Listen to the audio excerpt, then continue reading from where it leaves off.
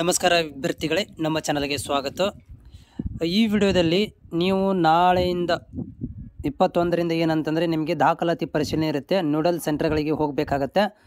ಅದನ್ನು ಲೀಸ್ಟಲ್ಲಿ ಕೊಟ್ಟಿದ್ದಾರೆ. ನಿಮ್ಮ ಒಂದು ವೆರಿಫಿಕೇಷನ್ ಲೀಸ್ಟಲ್ಲಿ ಸೆಂಟರ್ಗಳನ್ನು ಕೊಟ್ಟಿದ್ದಾರೆ, ದಿನಾಂಕಗಳನ್ನು ಕೊಟ್ಟಿದ್ದಾರೆ. ಆದರೆ ಹೋಗಬೇಕಾದ್ರೆ ಏನೆಲ್ಲ ಡಾಕ್ಯುಮೆಂಟ್ ತೊಗೊಂಡು ಹೋಗಬೇಕು ಅನ್ನೋದ್ರ ಬಗ್ಗೆ ಮಾಹಿತಿಯನ್ನು ಕೊಡ್ತೀನಿ. ವಿಡಿಯೋ ಪೂರ್ತಿಯಾಗಿ ನೋಡಿ. ಜೊತೆಗೆ ನಮ್ಮ ಚಾನಲ್ ಹೊಸಬರಾಗಿದ್ದರೆ ಚಾನಲ್ನ ಸಬ್ಸ್ಕ್ರೈಬ್ ಮಾಡಿ, ಸಪೋರ್ಟ್ ಮಾಡೋದನ್ನು ಮರಿಬೇಡಿ. ಆಮೇಲೆ ನಿಮ್ಮಲ್ಲಿ ಏನೋ ಡೌಟ್ ಇದ್ದರೂ ಕೂಡ ನಮಗೆ ಧಾರಾಳವಾಗಿ ನೀವು ಕಾಮೆಂಟ್ಸ್ ಬಾಕ್ಸಲ್ಲಿ ಕಾಮೆಂಟನ್ನು ಹಾಕಿರಿ. ಫ್ರೀ ಇದ್ದಾಗ ಅದಕ್ಕೆ ಉತ್ತರವನ್ನು ಕೊಡಲಿಕ್ಕೆ ಪ್ರಯತ್ನ ಮಾಡ್ತೀನಿ. ಸೊ ಈ ವಿಡಿಯೋ ಕೂಡ ಮಾಡ್ತಿರೋದು ನೀವು ಕಾಮೆಂಟ್ ಹಾಕಿದ್ದೀರಿ ಅಂತೇಳಿ ವಿಡಿಯೋ ಮಾಡ್ತಾ ಇರುವಂಥದ್ದು. ದಾಖಲಾತಿಗಳನ್ನು ಏನೇನು ತೊಗೊಂಡು ಹೋಗ್ಬೇಕಂತ ನೀವು ಕೇಳಿದ್ರಿ, ಅದರ ಸಲುವಾಗಿ ನಾನು ವಿಡಿಯೋ ಮಾಡ್ತಾಯಿದ್ದೀನಿ. ಜೊತೆಗೆ ತೋರಿಸ್ತಾ ಇದ್ದೀನಿ ನಿಮಗೆ ಏನೆಲ್ಲ ತೊಗೊಂಡು ಹೋಗ್ಬೇಕು ಅನ್ನೋದನ್ನು ಕೂಡ. ವಿಡಿಯೋ ಪೂರ್ತಿಯಾಗಿ ನೋಡಿ. ಅಭ್ಯರ್ಥಿಗಳೇ, ಇದು ನಿಮಗೆ ಆಲ್ರೆಡಿ ಗೊತ್ತಿರುವಂಥ ವಿಷಯವೇ ಹೌದು. ಆದರೆ ಮತ್ತೊಂದು ಸಲ ನಾನು ರಿಪೀಟ್ ಮಾಡ್ತಾ ಇದ್ದೀನಿ. ನೋಡಿ, ಇಲ್ಲಿ ನೋಡ್ಬೋದು, ಅಭ್ಯರ್ಥಿಗಳು ಪರಿಶೀಲನೆಗೆ ಸಲ್ಲಿಸಬೇಕಾದ ದಾಖಲಾತಿಗಳು, ಪರಿಶೀಲನೆ ಮಾಡಬೇಕಾದ್ರೆ ಯಾವೆಲ್ಲ ದಾಖಲೆ ಸಲ್ಲಿಸಬೇಕು ಅಂತ ಹೇಳಿದ್ದಾರೆ. ಸೊ ನೀವೇನು ಮಾಡಬೇಕು, ಒಂದೇದ್ದು ಇಲ್ಲಿ ಕೊಟ್ಟಿದ್ದಾರೆ, SSLC ಅಂಕಪಟ್ಟಿ ಒರಿಜಿನಲೇ ಬೇಕು, ದ್ವಿತೀಯ PUC ಒರಿಜಿನಲ್ ಅಂಕಪಟ್ಟಿ ಬೇಕು, ಆಮೇಲೆ ದ್ವಿತೀಯ ಅಂಕಪಟ್ಟಿ, ಆಮೇಲೆ ಪದವಿ ಅಂಕಪಟ್ಟಿಗಳು, ಮೂರನೇದು ಪದವಿ ಅಂಕಗಳು, ಸೆಮಿಸ್ಟರ್ ಇದ್ದರೆ ಸೆಮಿಸ್ಟ್ರು, ಡಿಗ್ರಿ ಇದ್ದರೆ ಡಿಗ್ರಿ, ಎಲ್ಲವನ್ನು ಇಲ್ಲಿ ಸಬ್ಮಿಟ್ ಮಾಡಬೇಕು. ಇದರಲ್ಲಿ ಏನಾದರೂ ಮಿಸ್ ಆಗಿದ್ದರೆ ನೀವು ಅದನ್ನು ಅಟೆಸ್ಟೇಷನ್ ಮಾಡಿಸ್ಕೋಬೇಕಾಗತ್ತೆ ಕಾಲೇಜು ಮತ್ತು ಯೂನಿವರ್ಸಿಟಿಯಿಂದ ಪ್ರಾವಿಷನಲ್ ಮಾರ್ಕ್ಸ್ ಕಾರ್ಡ್ಗಳನ್ನು.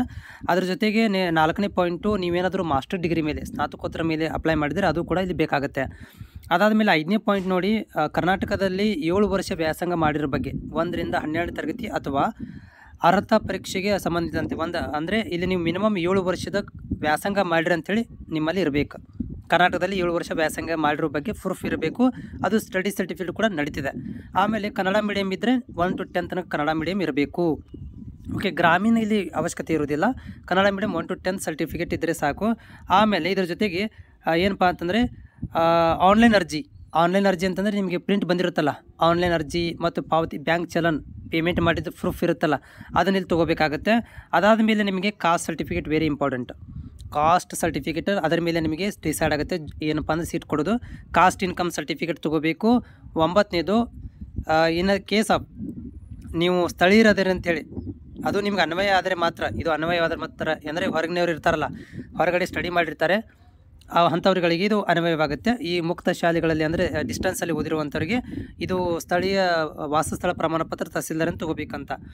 ಆಮೇಲೆ ನಿಮ್ಮಲ್ಲಿ ಏನಾದರೂ ಸ್ಪೆಷಲ್ 370J ಇದ್ದರೆ, ಓಕೆ, 12ನೇ ಪಾಯಿಂಟು, ನೀವು ಬಳ್ಳಾರಿ, ವಿಜಯನಗರ, ಆಮೇಲೆ ಬೀದರ, ಕಲಬುರಗಿ, ಕೊಪ್ಪಳ, ರಾಯಚೂರು, ಯಾದಗಿರಿ ಈ ಜಿಲ್ಲೆ ಕಡೆ ಆಗಿದ್ದರೆ ನಿಮಗೂ 370J ಬರುತ್ತೆ. ಅದನ್ನು ಇದ್ದರೆ ಒಳ್ಳೆಯದು, ಇಲ್ಲಾಂದರೆ ನಿಮ್ಮ ರಿಸರ್ವೇಷನ್ ಹೋಗುತ್ತೆ.